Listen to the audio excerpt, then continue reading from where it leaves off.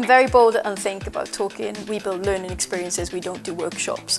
And with that, we build addictive learning experiences that build epic leaders and set your engagement on fire, which is bold, right? But when it comes to the interesting conversation at the start for people, they are used to workshops, they are used to training sessions. So trying to get them into the Unthink mindset can sometimes be a challenge.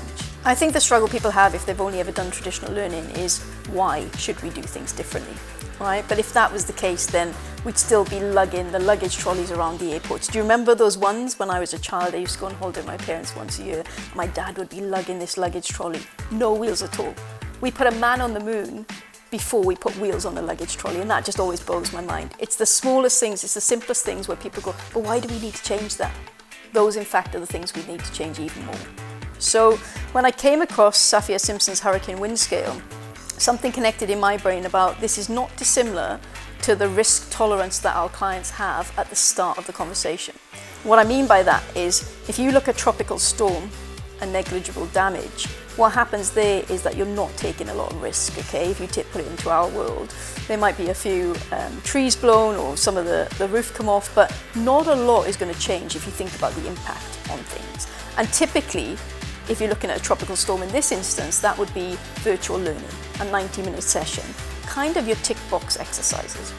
And where we are at Unthink, we're trying to get people to category 3, 4, and ultimately 5. And we have clients at all stages of this scale, right? Some immediately want to do things hugely differently. Push us as far as you can. We want to break through the barriers. We're restless with the status quo.